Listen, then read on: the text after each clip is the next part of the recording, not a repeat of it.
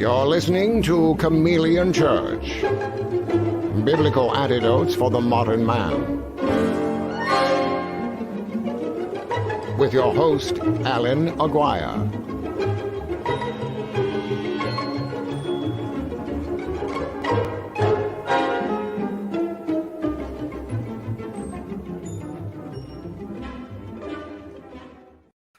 Good morning, Chameleon Church and Messianic Lamb YouTube radio network conglomerate. We're taking over Google and all that sort of thing.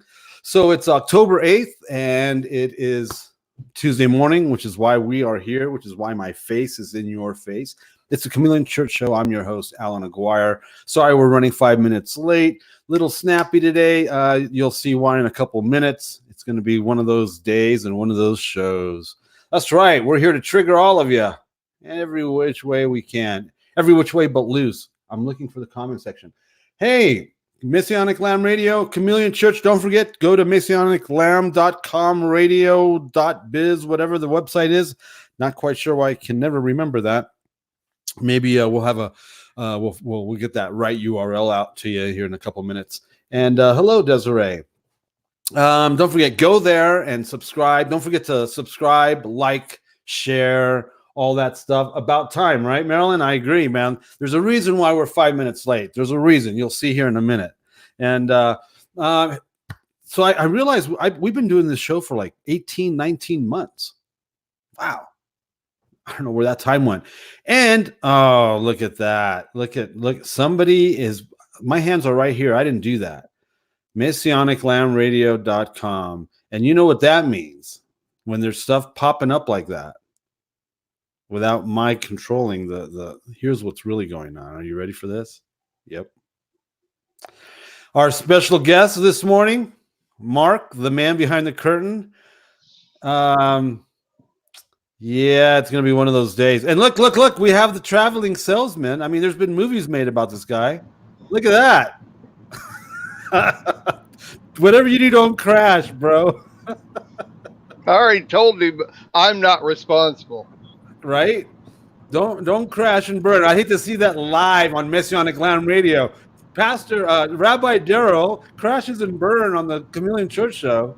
Don't do that. I don't receive that in Yeshua's name. Well, no one's telling you to crash. No one's cursing you. We're telling you not to. So you don't receive the not to.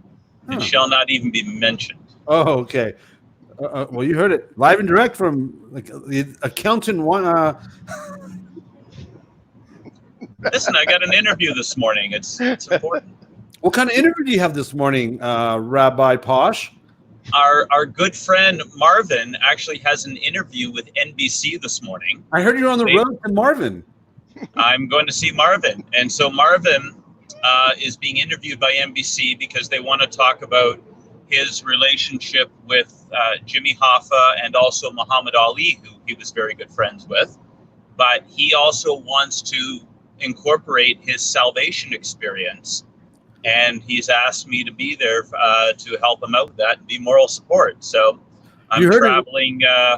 I'm traveling about 100 miles each way to do so. You heard it live and direct here on, what was that? Messianic Lamb Radio Network video YouTube show, Chameleon Church. You heard it live and direct right here on MessianicLambRadio.com YouTube show, Chameleon Church. Rabbi Darryl, Rabbi to the stars. Hey, you got a serpentine religion mask. How does this work? Mascot up here in your top corner over there, Darryl. Careful, a little chameleon over there. There's a little bug crawling around on your windshield, dude. Oh my God! Oh, by the way, I want to let everybody know that if they would like to track Darryl's journey on the road to Marvin, they could actually. He's at mile marker 242 on the road to Marvin. So if you want to get your Facebook tracker out and catch him, where he's at, and follow him down the road, you can see little dots. You'll see the little chameleon. The little chameleon. Hopefully you don't have any enemies. Hopefully you don't have any enemies that just heard that and are waiting for you on mile marker 265. That's right. Oh, yeah. Unless you're going backwards. Yeah, Don't that's tell what I was anybody. going to say. Don't tell anyone. Just So, hey, let us know when you 241 now. stop at the Loves or the Flying J, my favorite. Have you ever had date night at a Flying J? I have. That's what happens. Tour life, man. It's tour life. So it's Tuesday, October 8th. I'm coming to you live and direct from Park City, Utah. Mark, where are you coming live and direct from? Charlotte, North Carolina. You heard it. How far is that from where I was at Charlotte? From Charlotte, Yeah. about 180 miles. Ooh, that's like 3 hours. Oh, I don't know about that. And then where are you coming live and direct from? Your office. You're like a traveling salesman. What do you have back there? You have a rack of something in the back seat. What is it that you sell back there, Darryl? I'm selling Jesus.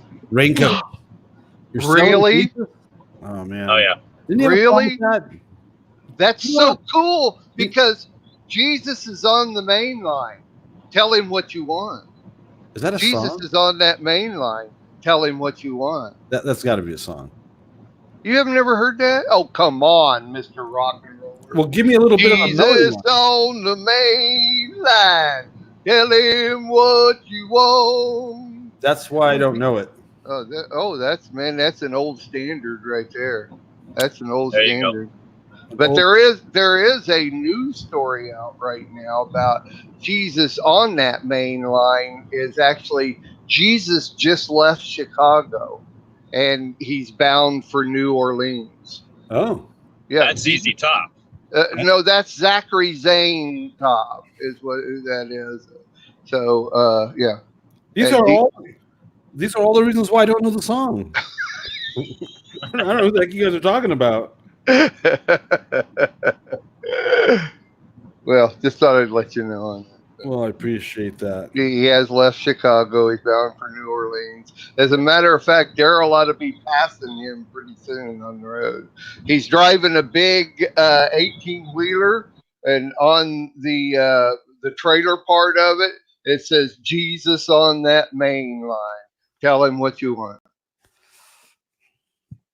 I don't know. Billboard evangelism. Hey, Darryl, you're not moving. Darryl, what happened? Frozen?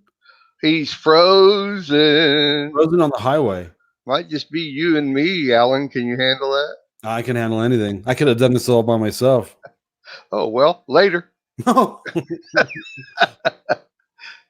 Thanks, brother. I appreciate that so much. You're welcome. I mean, heck, you got that banner still up there. You want to bring Oh, that down or something? sure, man. Yeah, you can take it off. Do whatever you want to do. What's going on over there, man? Yeah. Why you do that? There we go. Oh, we lost him.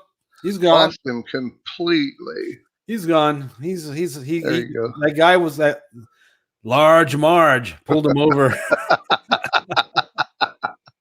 You guys know where? Let's see. The first person that can give the movie reference to Large Marge in the live comments will get a Mark's new book for free. Well, Mark, not finished with it yet. No, look, we're already losing people, and they're telling us why they're leaving.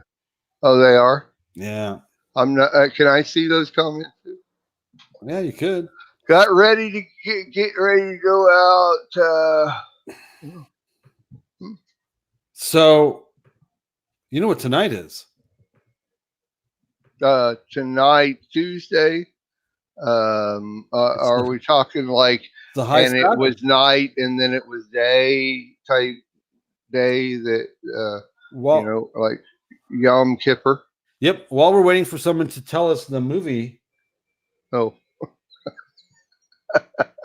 We put here to get a copy of the book. I don't know what that means. Oh. Tova, yeah. So I made a movie reference, Large Marge. If the first person to write the movie reference down in the comments gets Mark's new book. So anyway, while we're waiting for someone to actually write down the movie reference of Large Marge, we're talking about how Darryl, our esteemed accountant Darryl, got Rabbi because Large Marge pulled him off the road. So while we're waiting for Darryl and we're waiting for yes, Tova gets it. Ba-da-da-da-da-da-da-da. I wish I had confetti and a I don't have nothing. But Mark, hook her up with your new book. You win, Tova. Good job there. Good job. Hopefully you can Google it. She'll be here in November. I'll just give her a copy then. There you go. So you've got like listeners showing up to your house? Oh yeah. We've got 4 or 5 listeners out there in the living room right now.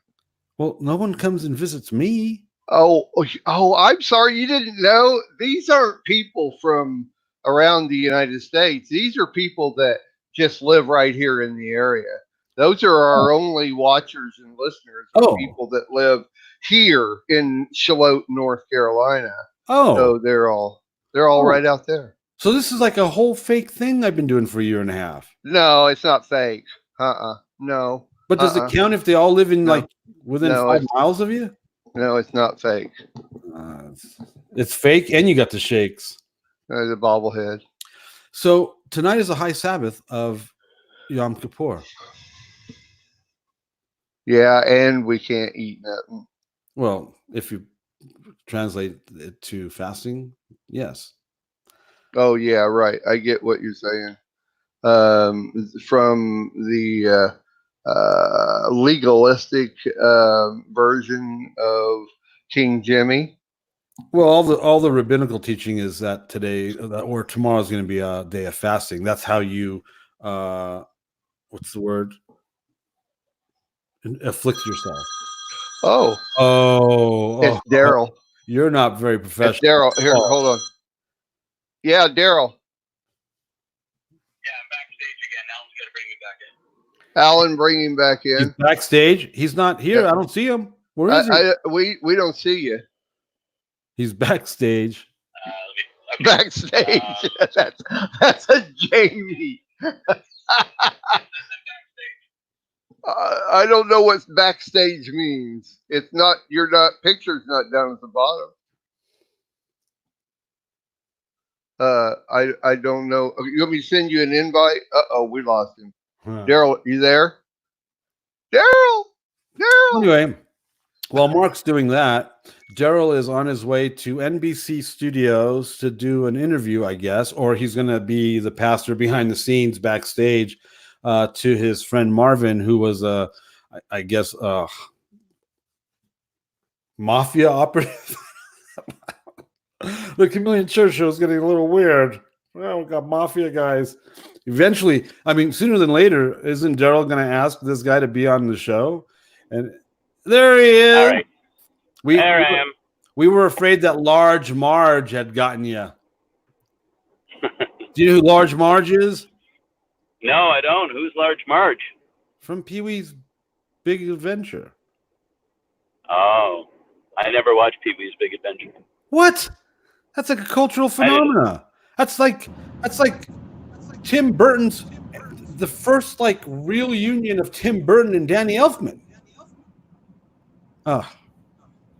And you're getting into the showbiz world and you know nothing about this. Whatever. Oh, look at that. He's giving me the hand and the finger. What happened now? I just lost.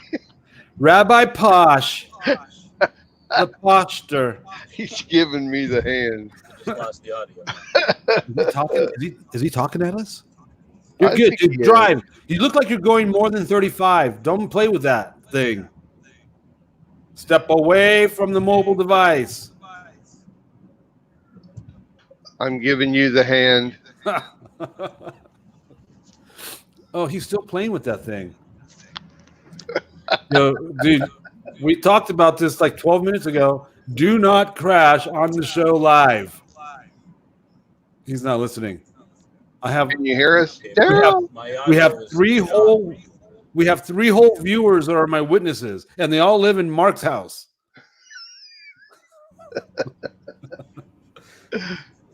Well, the 97 viewers that you had later on was a whole bunch of us binge watching your shows. Who's been watching? Oh, is that what you guys do? That's how you get 97 views on your Oh. YouTube deal is that we all go back over and over and over and binge watch the shows. Well, that sucks. I thought there was like an actual 90 people out there watching this trash. No. Darryl, you're still fidgeting with the device at like, it looks like you're going 20 miles per hour now. Whoa. Looks like you just Now we're stopped. at a dead stop. Well, if you stopped, you're rolling. Everything was fine. What did you do? I don't know. All of a sudden, it was going through the audio was going through the Bluetooth, and then it stopped. He's got it sitting on his steering wheel now.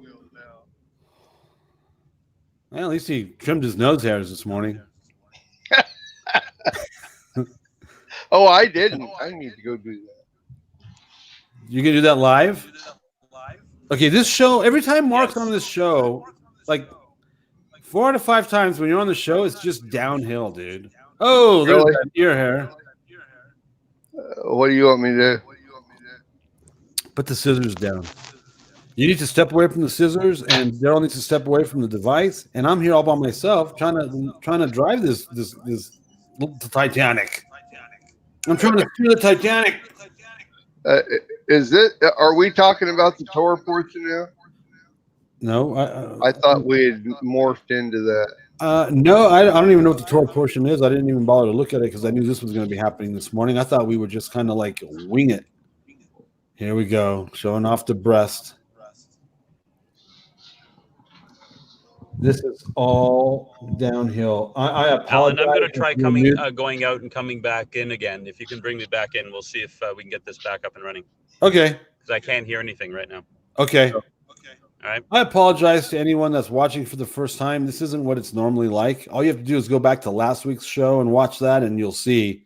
This is usually a pretty decent little convo.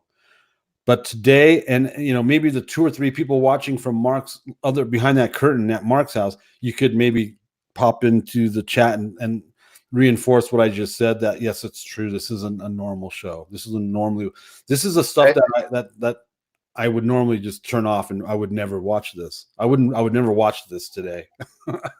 Well, I will verify that this is my first time on the show, so I can't really, say whether or not this is anything. I've never watched the show or anything. So I wouldn't be able to verify, but Alan and I talked earlier, and yes, this is not what they normally do on this show. And I'm not usually here, but I can't hear anything now. You can't hear anything? Darryl!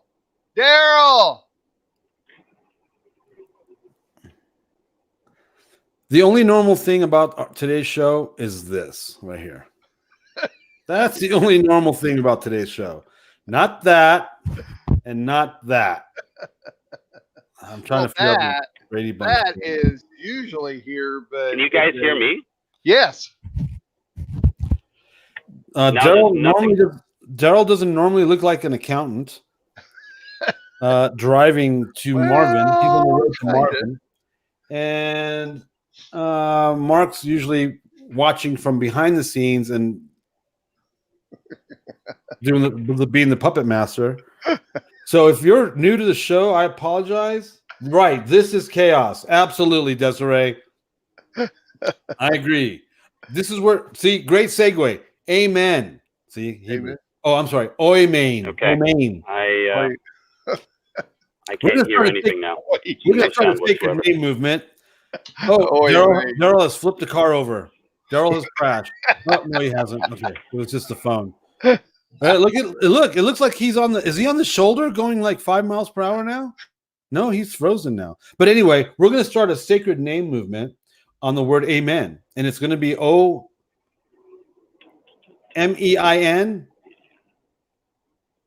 I had a word to end my prayer, and Omein was its name.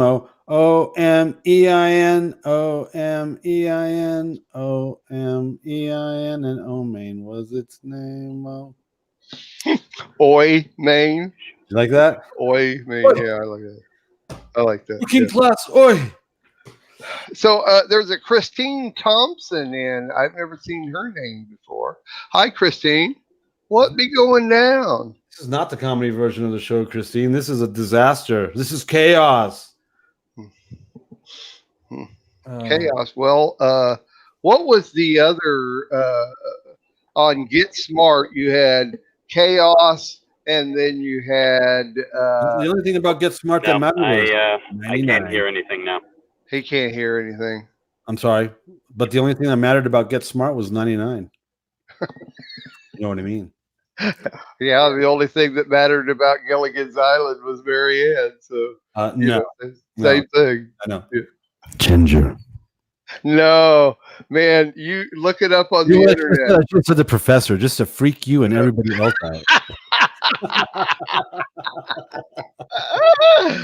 Look it up on the internet. Oh, look at that. Love the show, usually. So Christine's she's been watching, but without ever letting us know she's watching. And That's all right. days, she surfaces in chat. Thanks, Christine. We appreciate it. Yep, that's the deal, Lucille. Can I call you Lucille for the rest of the gosh. show? So someone says it's hot. So when I woke up this morning, it was like in the high 20s. That's like cold. Let me see. What is the temperature right now? Yeah, apparently you live up there in a stinking snow. Oh, it says it's 29, but we're supposed to have a clear sunny day with a high of 73. It's going to get from 29 to 73 at some point today. Yeah. Yeah. Yep. Yeah. Yep. Oh, look at it. I got people commenting. Yeah. Alan, there's a show in front of you, man. Yeah. There's a show. Okay. Well, hey everybody, how you doing? I'm Mark David Smith. Mark David Smith. That's me. So, man, we gotta get this show back. We gotta get back on track here. Okay. All right, how are we gonna do that? We got Darryl. Who knows what? Jamie's AOL. There he is. No, he's got official leave. He told me. Got to be kidding me. Well, there's Darryl. There's Darryl. Let's bring him in. Here we go. Hey, Can you hear us? You hear- Darryl. you there? Darryl. He's He can't not gonna hear. cry, is he? He's got like I'm gonna cry face on. You're not gonna cry, are you? Darryl, can you hear us? You gave me the finger again. The hand. No. Oh, the hand. See We're why? having issues here. Yeah, we are. You need to drive, bro. You just need to Yeah, drive. I Just did. drive, she said. Don't worry about it. We're good, brother. You drive, no telephone. That's the best I got. That was good though. Wait, That was Somebody write a note. Here, I'll write a note. Hold on. hold on. All right, William, one, two.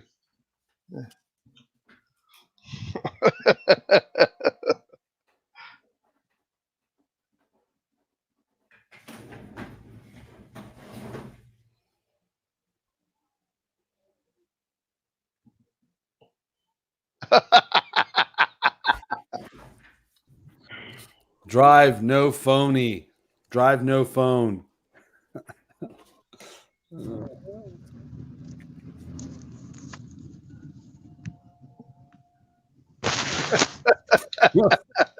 Is he supposed to hang that in his back window? Yeah. Are you back? Yeah, I'm Can you hear- back. Oh, You can hear us. All right. It was pilot error. No, I had to disconnect the Bluetooth. It wasn't all of a sudden it stopped picking up the stream, so it wasn't coming through the audio system. So it's coming directly through the phone now. Oh, cool. So we got Martin and Christine Thompson.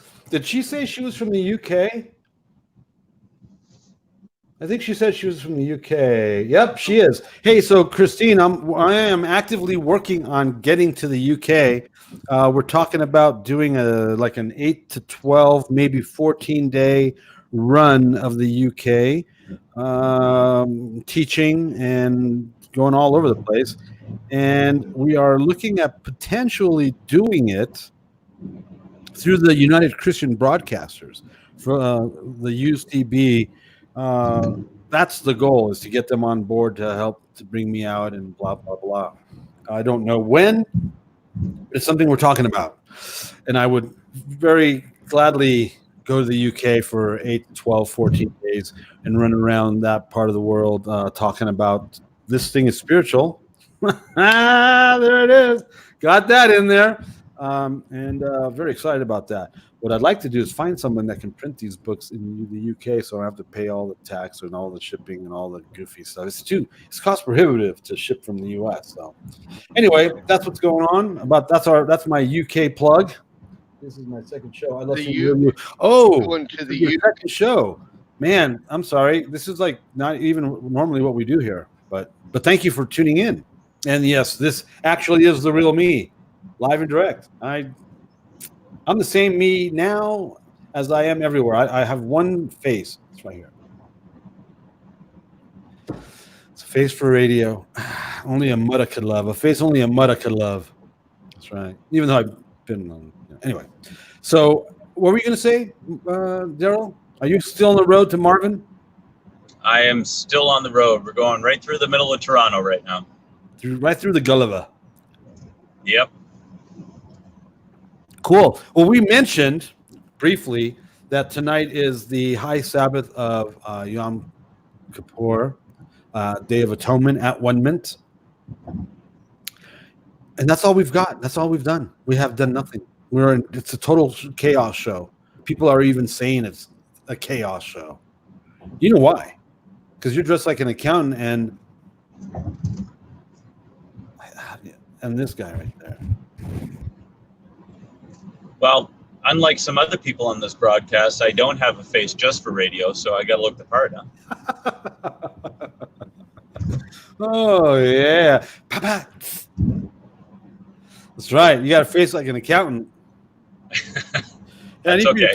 Hurry up and get back to the office. I need you to do my books. Yeah. I'm reading your book. What more do you want from me? Oh. No, I don't want nothing from you. So, Mark, you're over there very quiet. What are you reading over there? The Torah I'm portion? not reading anything. I'm being Darryl. I'm being the normal Darryl when he's on the show. No, you mean Jamie. No, well, a little of both. I like Jamie. Jamie balances us out. Just in case he's watching or listening and he actually finds this minute marker. I like you, Jamie. Oh my gosh. Who actually, you know what? No one's watching. Mark, you're bad for ratings, dude. Okay. Later. I got a lot of work to do. No. But talk to us. Say something. Do something. I have been. Ask me a question. What is the answer to the life, universe, and everything? What? The answer? God. 42. God. 42? Yeah. Oh. I guess you haven't read Hitchhiker's Guide to the Galaxy then. Oh, no. Isn't that also a movie? The movie. The movie. All 5 parts in the trilogy. The movie is on Hulu right now, so you can watch it. Whoa, you have Hulu? That's Yeah. not very Christian of you, dude. What kind of an example are you to the rest of us? I like my entertainment. Man, I don't have Hulu. I don't have Netflix. I don't even have the internet. Oh. I'm gonna start. Oh, great and mighty Allan. Oh my gosh. Mr. Pious Priest, Allan Aguirre. I have nothing for you to kiss. By the way, Darryl, I have decided that we shouldn't ordain Allan as a rabbi. I've come to that conclusion. I just don't think he's got what it takes. The last 35 seconds, he's come to that conclusion. Oh my God. Well, I didn't want to say anything, Mark. I wanted to let you come to that conclusion on your own. Yeah, it was way too quick of a decision earlier when I said, "Hey, let's ordain him," But I'm sorry, I didn't think it through. Okay. Out of control, Allan. Catastrophe averted. No big deal. Yeah, really. Woo, buddy. So, for All right, those so of we you- should probably talk about something spiritual today before this goes completely off the rails. it's already been off the rails. We were Yeah. watching you. We thought I'm you trying were to get driving back off the on rails. again. We thought you were driving off the rails. We were guessing you were probably going about 45, and you're like on the what's the word? On the side there, on the shoulder. The shoulder? 45 on the shoulder. Then you came to an abrupt stop in the middle of the freeway. No, he was frozen. I have a spiritual question. Mhm. Since Allan didn't really prepare anything for the show today, so I mean, I have something that we can. I never prepare. Neither do I. Neither do I ever for Preparing can- for losers. Okay, can I ask a spiritual question of the rabbi and the not rabbi? Sure. I guarantee you we have the right answer. Oh, Guaranteed. okay. So, what does the Bible say specifically for a person to be righteous in the eyes of God? Righteous or justified? Righteous. Whoa. Whoa, the rabbi and the not rabbi. Stumped. What do the scriptures say? Put that Bible down. I ain't got a Bible. I got a Oh, phone. you're looking it up on your phone. There are two places that the Bible says what it takes for a man to be righteous. Come on. I know the rabbi knows this. Come on. Well, I know the verse, but just drawing a blank as to exactly where it is right Well, now. I don't care where it is. It's he wants you to paraphrase it. Doesn't it have something to do with orphans and widows? Oh, yes, I think so. Uh-huh. That's true religion. Yeah, that's right. Well, how do we know what what translation are you getting this from? What kind of This literature? is the Passion Translation. Bill, or the Message. I'm out. it's Bill and Bob's Bible. Bill and Ted's Adventurous Bible. The BBB, the Bill and Bob's Bible. Okay, let me. It could be from the Mark Smith version. That's why I'm asking. Okay, all right. Okay, Are we talking Old or New Testament? try both. It's in both, and it says almost exactly the same thing. You want me to give you the references? Well, here, wait. Before you go there, here's why I'm having a problem with your question. Are you ready? Yeah. All right. Here's why I'm having a problem with your question. In the English Standard Version, the word righteous shows up like 236 times. Okay. I'm only asking about two verses, So and they say the same thing. Tova, what do you got? Deuteronomy 6:25. Let me see here. No, that's not what I'm looking for. If we are careful to observe every one of these commandments before the Lord our God, just as He commanded us, then that will be our righteousness. Well, actually, just to say Deuteronomy 6:25 to me almost sounds like that you're righteous because of your works. But it does say that. It does say that we're righteous by our works, which is why I asked about not by itself. That's why I asked about righteous or justification, because James says we're justified by our works. Yeah, but James was The leader of the church. He was an add-on, He was just a guy that was out there. Well, he wanted to get his book in the Bible, So yeah. Well, Genesis 15:6 says that Abraham believed in God and it was a credit to him. bingo. And Romans 4:3 says that it was Abraham believed God and it was accounted to him as righteous. Okay, because well, of his that's faith. a trick question, because Tova's right as well. Okay. Not just faith, it's also works. That's why I was like going, Well, so because of our faith, we're not righteous. We have to do faith didn't say that. and those things. I didn't say that. I'm just saying That was not a very fair question. Oh, really? Well, I mean, it's a discussion question. Oh. Did Well, I say that I and was we are the only- discussing. what? We are discussing something right now. That's right. Did I say that those two verses were the only ones?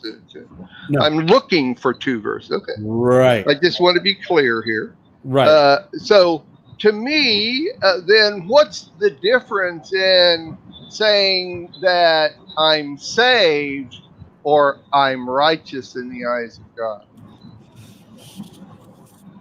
Salvation- Oh, Darryl's over there scratching his head. Oh, no. Salvation, righteousness, and justification. We've been taught that all of that is the same thing, and it's only obtainable through the sacrifice of Jesus on the cross and our receiving of that sacrifice. Now, that's what we've been taught. Yeah. I don't see that in the Word. I see that salvation is a standalone through Jesus, but our righteousness and our justification comes from what we do after the fact. Which is why Paul says to be saved all the day long, to be a continual, progressive, constant salvation. It's not like a one-time deal that we've been taught that it is. We're supposed to actively be being saved all day long. And that's based on what we're doing regarding righteousness and justification and holiness and being separated. That's what the teachings of the New Testament say. I know people don't believe that, but that's what it actually says in the New Testament. It's not a one. Well, that's thing. That's and I don't say this in the unbiblical sense, but a rabbinic understanding of the scriptures that you have to constantly work out your salvation, because otherwise, what's going to happen with it? I mean, it's like if you're given a potted plant and then you ignore it, the potted plant is going to die. Right. You don't want it to die on the vine. Yeah. And Yeshua very clearly says that 2 of the 4 seeds respond to the gospel but don't make it to the end. Right. So are we saying that being righteous in the eyes of the Lord and salvation are 2 different things? Yes, I am, because that's what I read in my New Testament. Okay. And Darryl, you? And we just lost everyone and anyone that has ever watched the show or ever will watch the show. Take a real deep breath. Yeah, I would have to agree with Allan. Okay. Yeah. See, I'm not afraid. I can argue both sides, but I think I would have to agree with Allan there. We should be able to argue both sides. We should be able to debate both sides. Right. That's right. I'm all up. I teach salvation is only through Jesus, and it's a free gift. There's nothing you can do to earn it, but there's a whole hell of a lot you can do to keep it. Because according to the teachings of the New Testament, primarily Paul, who does talk about works as much as we've been told he doesn't, it is about living a certain lifestyle, living a certain way, kingdom lifestyle, that keeps us from doing all the things he says will keep us out of the kingdom. And then he says, do these things which will keep you in the kingdom. And he talks because he says that certain people don't make it in: adulterers, murderers, liars. And that also says that at the end of the book of Revelation, that sorcerers and the dogs and all that other, they don't make it in. And Paul's not actually talking about non-believers. He's talking about people that are saved that do those things aren't going to be entering the kingdom of heaven. Because no one thinks for a moment that a non-saved person is entering the kingdom of heaven. So, and he's talking about the people that are doing certain things that'll keep them out of heaven. The question really becomes, can you really be saved if you continue in that lifestyle? And his answer is no, and so is Jesus's, because Jesus said every branch that doesn't bear fruit is cast out and thrown into the fire, cut off and thrown in the fire. So then it goes back to the Calvinistic argument that they're not really saved. Well, I don't subscribe to any of that because I can't say that you're, let's say right now, let's say you've been saved 12, 15, 30 years, and then you decide to walk away. I can't say that you weren't actually saved prior to that. I can't say that. Because, and Yeshua says that your name will be erased from the book of life. Right, which means it was in there. Yeah. Right. So everything we've been taught wrong. Salvation but is it's not a saving faith that you had. It was a dalliance with the gospel. It was an emotional response. But it wasn't lasting. Even if you did it for 35 years, I mean, and you were you were 1,000% into it. Sorry, I'm having a conversation. Someone says the real me. This is the real me. Yeah. What if you were all in for 35 years? I think that guy was really saved. You can still walk away from that thing. That's why Paul says, after doing everything you possibly can do, is it Paul that says that? After doing everything you possibly can do, stand. Make sure that your salvation is secure. That doesn't sound like he's talking to some passive-aggressive guy. That sounds like he's talking to some aggressive people. Well, if you look at the example, going for it. If you look at the example of Charles Templeton, who was a contemporary of Billy Graham, they actually got started in ministry together. And many people said that Templeton was the more gifted of the preachers. And yet he became a skeptic and wrote a number of books on why he doesn't believe in the gospel. Lee Strobel actually interviewed him right before he died of Alzheimer's back in like 2011 or something like that. And he said he misses Jesus, but did he make it at the end? Did he repent and come back? No one knows. I don't know. All I know is that for me, as far as I'm concerned about me, I want to know God's will as soon as I can possibly discern it so I can run to it and do it. Because from what I understand, John says the only way you can please God is by bearing godly fruit. And the only way you can bear godly fruit is by keeping his commandments. All right, John 15, I think that's the dialogue. I think it is John 15 or John 5. I'm pretty sure it's 15. But anyway, so I have to know God's will in order to produce godly heavenly fruit, which is how he knows me. And I want to do that all day today, and I want to do that tomorrow. I'm not worried about tomorrow, but that's what I'm going to do today. And as long as I stay on that track, I want to end better than I started. I want to end well. I want to end strong. Amen. I don't want to peter out. I know people that are older than me that have been doing this longer than I have that are still so pliable, man. If God says jump up and turn left, they jump up and turn left. And there are fewer of them. Those are few and far and in between, because most people that I know that have been doing this longer than I have, that are 10, 15 years older than me, they're just sitting on their ass. They're doing absolutely. I agree. It's like they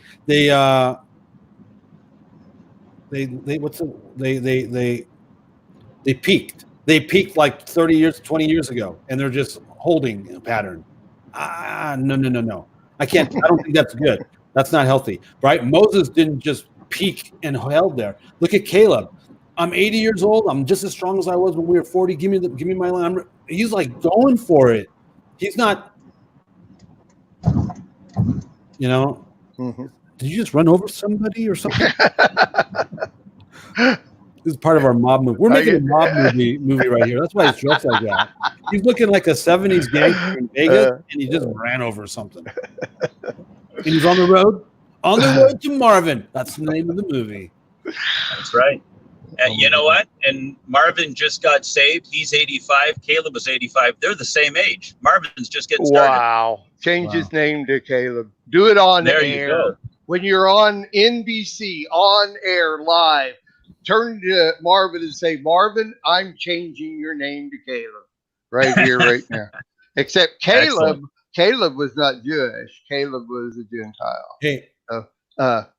So what do you mean Caleb wasn't good? Caleb was awesome.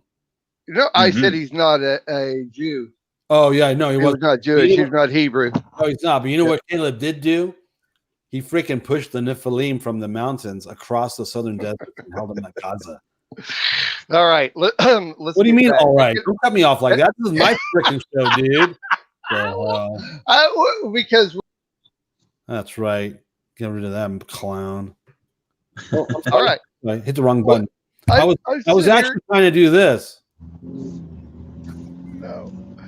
Okay, I sit here and listen to you guys. So No, can go I ahead. can I Yeah. add something, my perspective on what we're talking about here? Absolutely. Since you're the Okay. one that's instigating the dialogue, you're Well, the I one tried- that's actually giving us a show today. Dude, I'm trying to save the show. I know. Okay.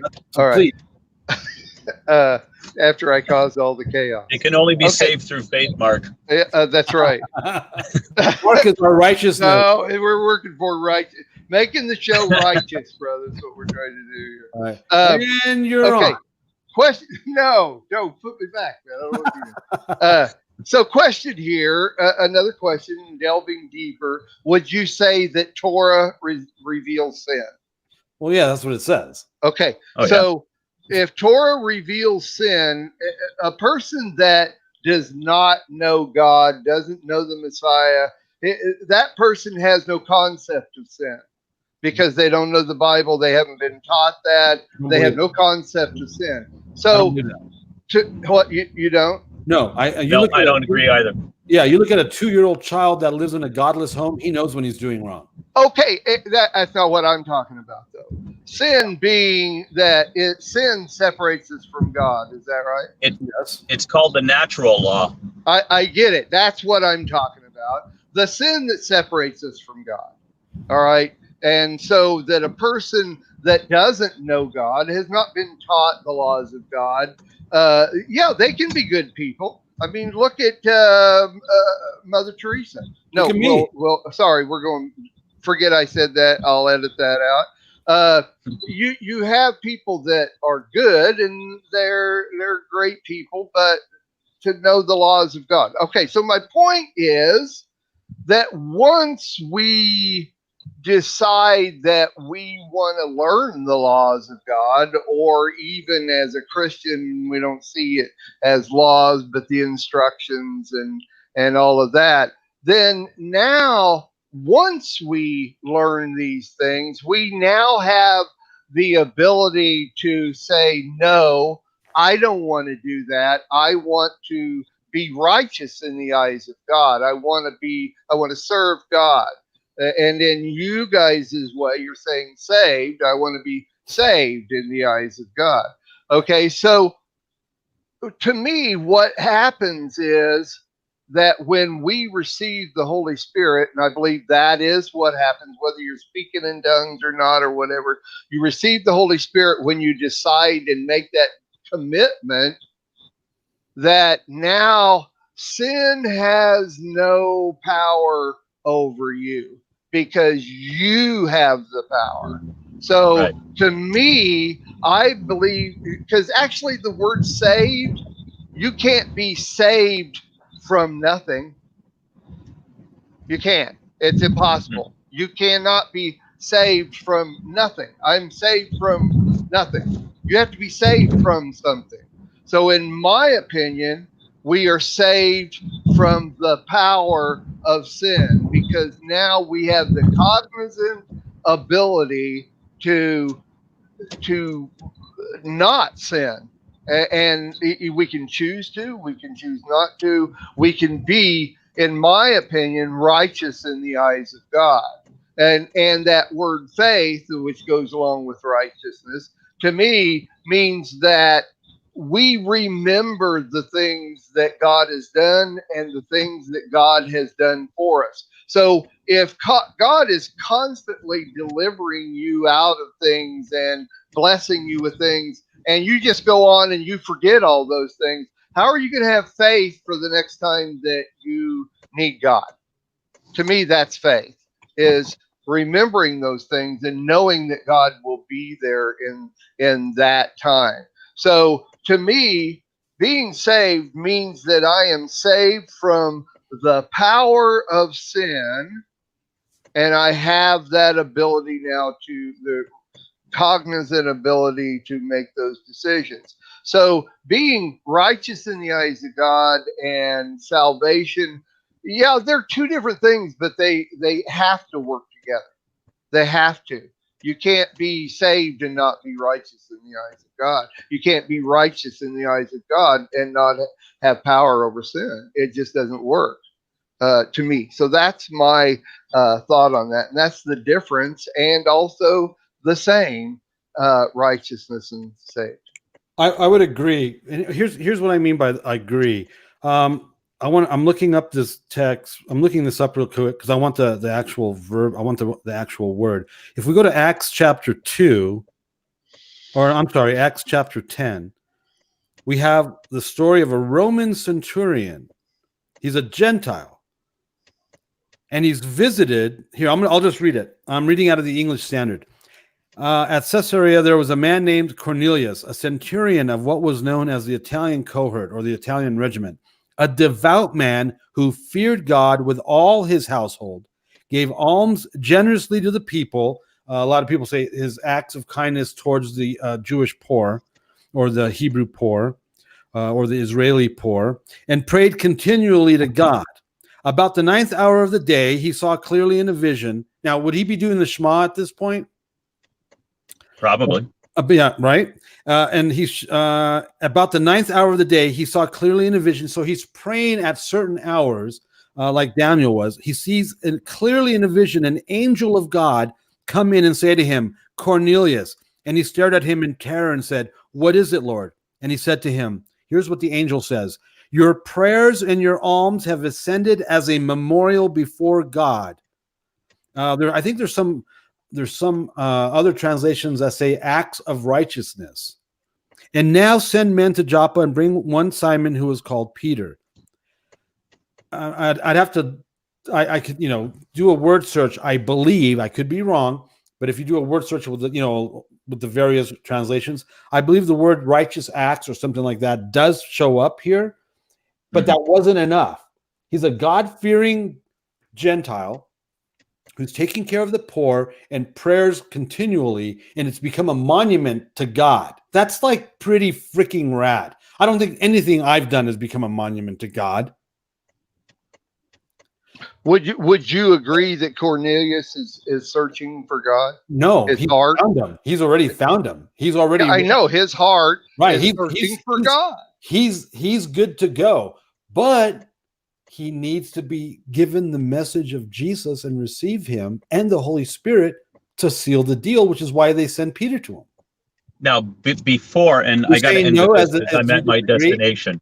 Are you disagree? You're saying no, you disagree? Yep. Wow. Well, so Cornelius is trying without the salvation of Jesus' peace? Hold on. Go ahead, hang Darryl. on a second. No, I was. This is why you get into so much trouble with people. What's that? I said, this is why you get into so much trouble with people. What are you talking about? I was asking Mark a question. You're ready to drop the gloves at any moment. And I'm not offended. Yeah. I wasn't dropping the glove at all. Oh, he dropped the glove. Oops. Oops. Bye. Okay, I just can't answer. I'll let that speak for itself. I don't have to defend myself on that one. Nobody has to defend themselves at all. It is of my opinion, because you have to look there. Okay, I'll answer the question with a question, and that is: at what time during history did salvation start, and there was no salvation before? Well, there's always been a form of salvation. I thought we were talking. I was using the word salvation regarding Jesus. That was what I was. I get it. Okay, that's my point. Is that it was accounted to Abraham for righteousness. It's the same thing at this point in time. I'm thinking at this point. Go ahead, and that's why they're calling for Peter at this point in time. Cornelius was actively seeking for the God of Abraham, Isaac, and Jacob. He had that in his heart. God recognized that, and the angels came and say, "We recognize your thing. Doesn't mean you have to get on your knee and pray that Baptist prayer to become saved. It doesn't mean that at I'm all. thinking pre-Jesus, you have what you have, but post-Jesus, you've got to have that peace. For example, I disagree. well, I'm sorry. That's all right. It's For okay. example, Brad Scott and I were talking about how on his trips, he's running into whole crops of Messianic believers that haven't had a confession of faith or water baptized. That's right. You can't do that. Yeah. You have to have that part. You have to have a profession of faith in water baptism. What if you're Jewish?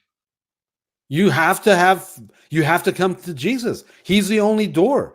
You have, whether you're Jewish and whether you're Cornelius or whether you're whole crops of Messianic children that are out there, doesn't matter. You have to come through the doorway of Jesus as Savior. I mean, it's one thing to believe that he's Messiah, because he's like the Brad Scott example. They believe in Messiah, but none of them have made a profession of faith, and none of them have been water baptized. The Jews at Pentecost, what must we do to be saved? See, the fact that they were Torah observant wasn't good enough. The fact, because they were in Jerusalem because they were observing. That wasn't good enough. They have to have the Jesus piece. Okay, but that separates us from everybody else. But once again, I think that there are, how do I say this? In my opinion, your definition of the word saved and mine is different. Your definition, give me your definition. In other words, in a box, don't make a big long speech. Right. Give me your definition. I believe in the New Testament narrative that states that salvation is only through Jesus. No, I mean what happens because you're saved. You are now saved. What do you get out of that? Oh, now that so once you're saved, what do you get out of that? Now I have to show that salvation, right? Because I love him, I have to keep his commandments and keep his obedient, be obedient to his commandments. That's okay. Those are the acts. That's the act of my love towards the salvation that he's given me. How interesting, because a Jew is already doing that. I understand that, but they're missing the Jesus part. You have to have the Jesus module in order to be saved, as per the New Testament instruction. My deal is that I believe, bottom line, is that we are saved from the power of sin. We now have to work out our salvation through fear and trembling. We have to keep the commandments. We have to know right from wrong and choose right from wrong. And that works then along with being righteous in God's eyes. But I think that to me is salvation. And I agree with you. I think I heard you say that, if you walk away from God and you decide that I'm not going to live this way and I know everything's wrong and I'm just going to live wrong, then I've walked away from God. I don't have salvation. Is that what you believe? Well, I believe you can actually walk away from God, yes. And I do too. Renege on the whole deal. I do too. But that walking away from God is exactly what I'm saying. It is, I have power over sin and I now refuse the power over sin. I'm going to live the way I want to. Yes. But the salvation piece, based on the New Testament narrative, comes through Jesus. He's the only way. Right? Why? He said so. No man comes to the Father but by me. Ooh, that's good one. What comes before that? What's the verse right before it? He's the way, the truth, and the life. Excellent. Right. Now, give me. I'm sorry. Go ahead. But he's the doorkeeper. There's that exclusivity of Jesus that this doesn't work if you don't go through Jesus. Now, pre-Jesus, yes, you had the Torah and you had blah blah blah. Right? We know what we had pre-Jesus. Now Jesus comes. We have to go through Jesus, and because of that doesn't eliminate the Torah. But now, because of Jesus. And we do, we're grafted in, the Gentile thing. We can do the whole right? We keep the commandments because of that. Now, there was one more thing I was going to say. Sorry, I hope I didn't distract you. No, sorry. Whoever clicked through. So the Jesus element is mandatory. That's New Testament teaching. The Old Testament speaks of that, right? Because the law that culminates in Messiah. Oh, here was the part I was going to say. Revelation tells us, right, that you have your faith and trust in Jesus and keep the Torah. There's that balance. It's not one or the other. And somebody asked, what if you're on your deathbed and you can't be immersed? If you're on your deathbed and you do a profession, thief on the cross or confession, right? Thief on the cross, right? That doesn't apply to any of us. But yeah, there might be somebody that right. Yeah, I'm not worried about that guy. But right. The Jesus element, which is why they send Peter to Cornelius. The guy was doing everything but needed the Jesus module because it was post-Jesus. If it had been pre-Jesus, he would have fallen under the same covering as Abraham and Moses and everybody else. But now that Jesus has come and died and rose again, that's like that trumps. The cutoff point is resurrection, right? So you have to say pre-resurrection, post-resurrection. Yes. Because pre-resurrection, Jesus is instructing everybody to go do what Moses instructed. Go to the priest and present yourself. What about afterwards? They have to do that? Did they still have to do that? You still have to do that, but you have to have the Jesus module now. Okay. Let me take you back to. I can't do this without the Jesus module. Without the Jesus module, I get it. Yeah, I get it. I am the way, the truth, and the life. Okay, I am the way, the truth, and the life. Would you believe? Would you agree that Yeshua is the living Torah? Yes. Okay, so that word "way" is not a New Testament concept; it's an Old Testament. It is halakha, the way a person walks. Right. I am the way a person walks. I am the truth, and the only truth there is God's law. Right.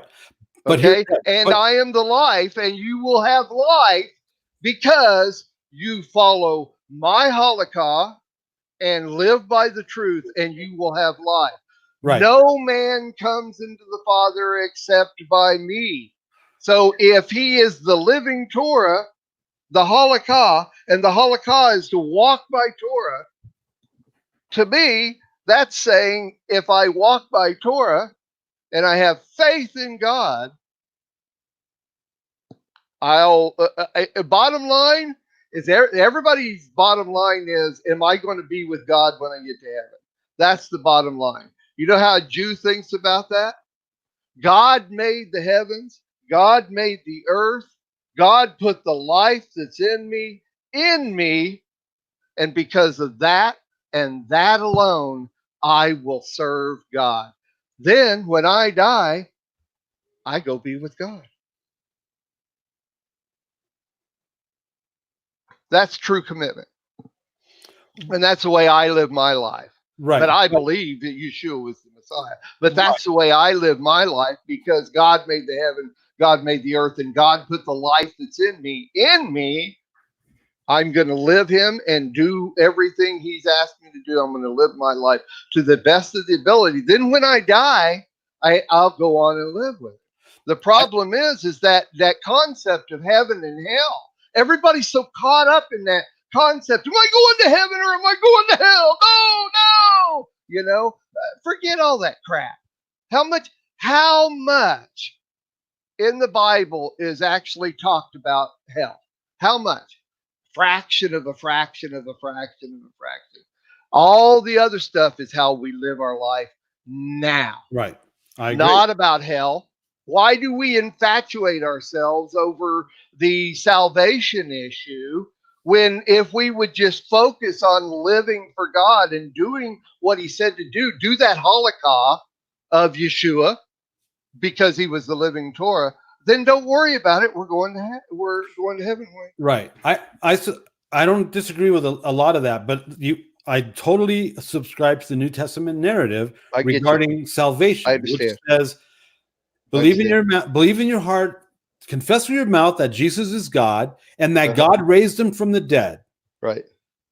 I and get be it. baptized in water. I believe in the salvation narrative of the New Testament as without that piece, I don't believe we're saved simply by keeping Torah. You don't think that say now your narrative of Post say resurrection. you're saying post resurrection, you don't believe that a person that doesn't believe Yeshua is the Messiah will be in heaven with God. Post resurrection, I don't believe that a person who doesn't profess Messiah as God and that God raised him from the dead and water baptism is saved based on the New Testament narrative. Well, but when we say the word saved, we actually mean spend an eternity with God. I don't.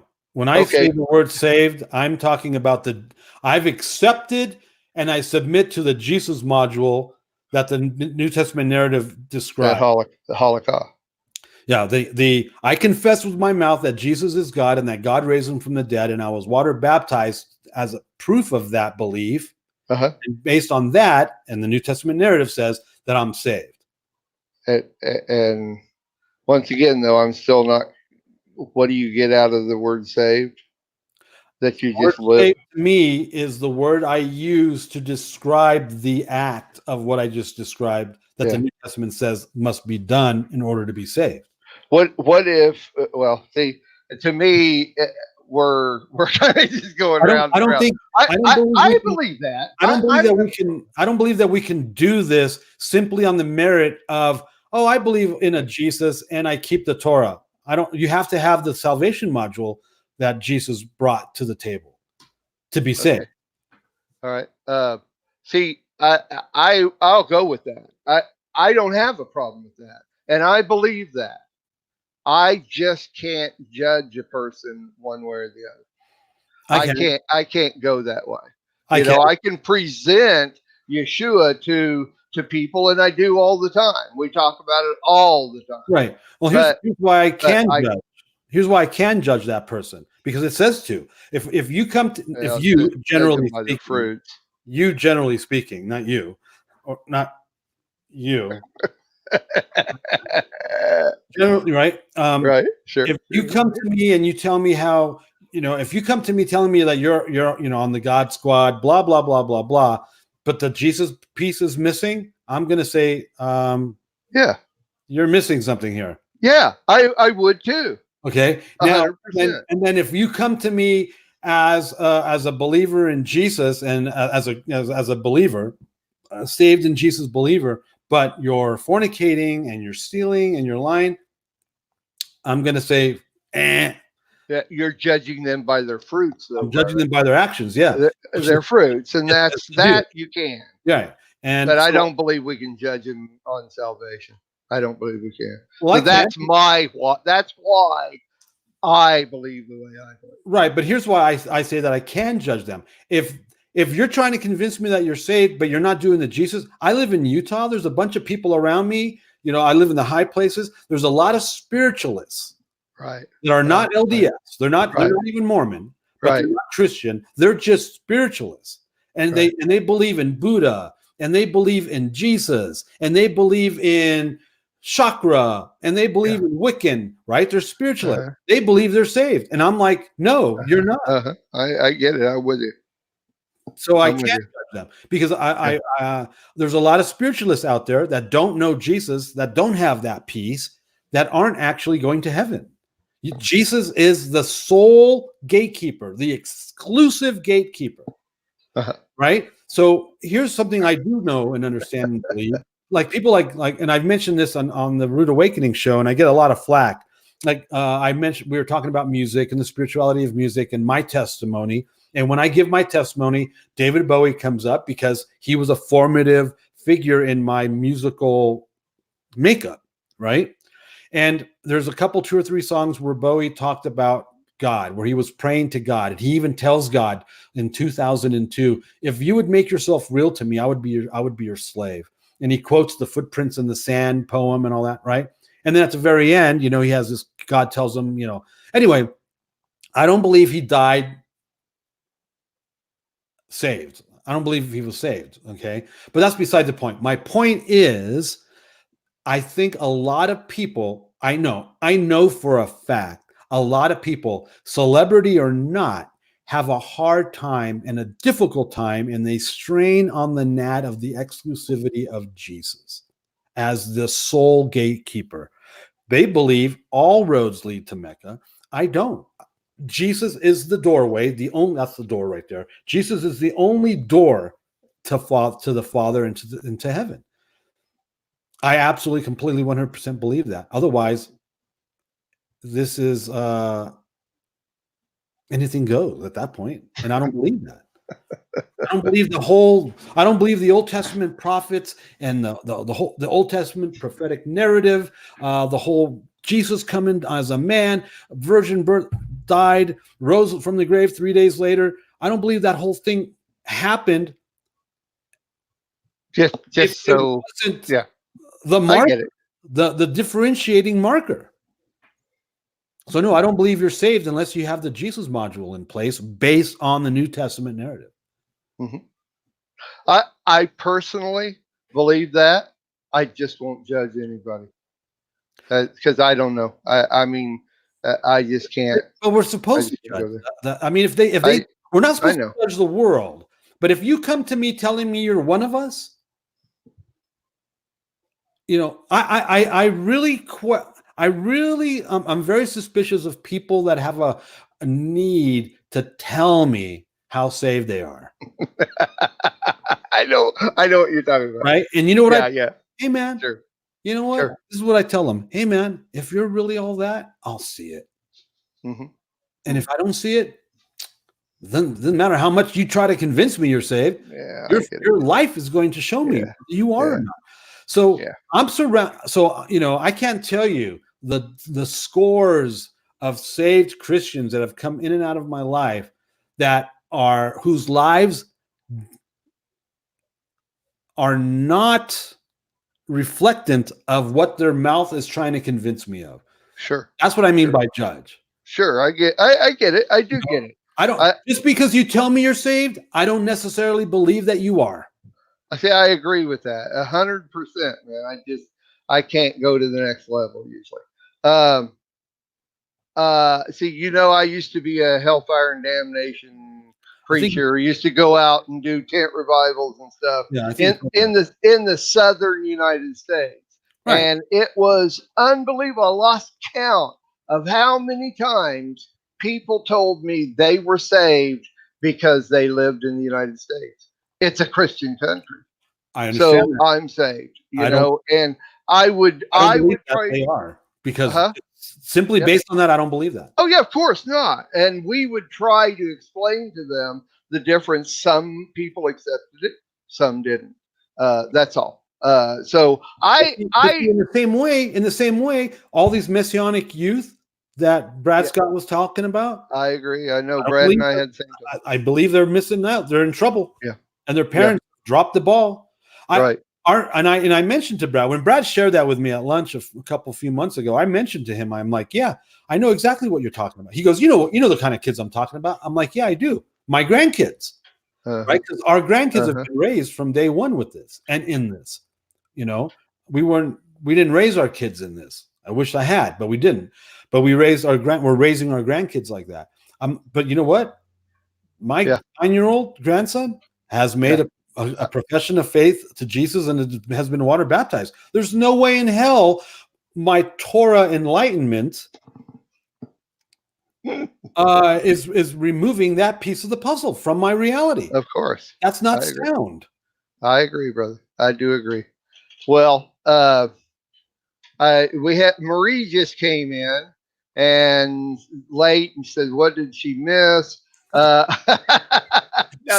Skip the first 45 minutes. Okay. I will be making a segment. I'll edit this out and I'll make a segment on the show and put it up. So if you want to just watch the good part and not watch the chaos, that Allan just went off the rails today. I mean, he was just whacked silly. And so anyway, I'll make a segment out of it. It'll be on the website. Check the website often because I am constantly putting up different things that are happening with us. And if you don't go to the website, you're never going to find out all the things that are going on. One thing I want to say real quick before we go is that October, because of the fall festivals, is really whacked on shows because a lot of people are gone. So right now I am creating on the website all the different shows that will be canceled for that week, or well, you didn't put anything up that they said about me. No. Okay. But all the different shows that are either canceled during Sukkot or whatever. And Darryl and I are going to be doing a bunch of shows. There you go. There you go. Whatever. Thank you. Appreciate it. And Allan, I would like to invite you to come on some of the shows that Darryl and I are hosting over the next week and a half. So sure. I'll send you an email, and we're taking over like Sunday Reason, Monday Reason, the next chapter. We're taking over those shows, and Darryl and I are going to do them. And like from now on out, or just no, just the next 2 weeks, gotcha. Week and a half or so, while everybody's gone. And the schedule will be up on the main page of the website. Here, I'm working on it. It'll be another hour before it's up, but go check that, and you'll be able to see. And I'll send you an email, Allan, whatever shows you want to join us. Come on, and we'll do it. And invite your friends. Invite all your friends to come on the show, and we'll just have a whole load of people. A load of people. That's what you like, Allan, is a load of people. That's right, a load of people. Have we passed into chaos again? Yeah, we're about to, but I'm going to stop that from happening. Hey, Chameleon Church coming to you live and direct every Tuesday morning here on YouTube on Messianic Lamb Radio. Thanks for joining us, Mark. Thanks for hanging around today. Oh, he's giving me the hand. You're listening to Chameleon Church, biblical antidotes for the modern man, with your host, Allan Aguirre.